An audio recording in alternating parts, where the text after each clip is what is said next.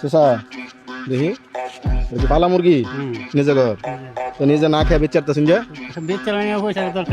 পয়সার দরকার একটু সাইড অন দেখি আপনি নিজেরা খাইন না খাই তাহলে আবার ব্যস্ত শুন বেতন লাগে এটাও কিছু দরকার এটা কয়টা দাম চাইতে শুন 600 টাকা এক মুরগি 600 টাকা এটা বেশ হয়ে গেল না কত তো কত হলে বেচবেন কোন 300 টাকা চাচা 300 টাকার মতো আছে দুন যাবো হ্যাঁ মানে টিয়া 600 টাকা বড় কথা না থাকলে আমি 600 টাকা কিনে নিলাম আচ্ছা টিয়া নাই যাও দুন যাবো শুনুন এই যে তাহলে কি উনার কাছ থেকে বাকি 300 টাকা নিবেন চাচা আইনে কি দিয়ে দিবেন আইনা দিবেন তাহলে আমি নিলাম তারা 600 টাকা তাহলে দিন আইনের বাড়ি কই কইলেন এই তো এই যে বাড়ি সন্দরা বাড়ি আর আইনে কি আমার আগে তো চিন্তায়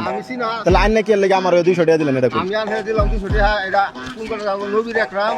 যদি একজন আবৃত্তি করে তাহলে আবৃত্তি আশা করে কোনো এই ধরুন না ধরুন আচ্ছা বুঝছি এই ধরুন কত হইছে 500 এই 600 মুরগির দাম পাইছেন এই যে 200 টাকা আছেন 200 টাকা 300 নাই তাতে এখন এটা যদি দেখা না হয় আর যদি না দিবার পারে না আমার কোনো দাবি নাই আমি জাস্ট দেখার চেষ্টা করতেছিলাম যে একজনের কাছে যদি আমি ফ্রিতে বা অর্ধেক দামে মুরগি চাই তাহলে দেয় কিনা সে তো দেয় নাই বাট আপনি মরে গেল ফাইল লাগতো না আচ্ছা সে না দেয় এখন এটা তারটা সে যদি আমার 300 টাকা দিয়ে মুরগি দিত তার জন্য আমার পক্ষ থেকে একটা পুরস্কার থাকতো এখন যেহেতু সে দেয় নাই আপনি যে নিয়ে দিচ্ছেন আপনি আমার কাছ থেকে মুরগটা রাখবেন প্লাস হচ্ছে এই যে এটা দিয়ে আজকে আপনি বাজার করবেন আপনার কাছে 200 তো ছিল তাহলে আজকে আপনি বাজার করতেন কি দিয়া এই যে একটা হ্যাঁ এটা টেপ নিয়েছিলেন সবাই এটা নিয়ে যাবে এটা কি মিষ্টি হইব কথা মিষ্টি ভালো করে মানে 200 টাকা বাড়িতে লইছেন আর এটা বেচা বাজার করতেন আপনি যেহেতু বাজারই করবার যেতেছিলেন আজকে বাজার হিসাবে মুরগি হয়ে গেল এখন এটা কেন হইলো আল্লাহ পাক এত কিছু ব্যবস্থা কেন করে দিল 200 টাকার বদলে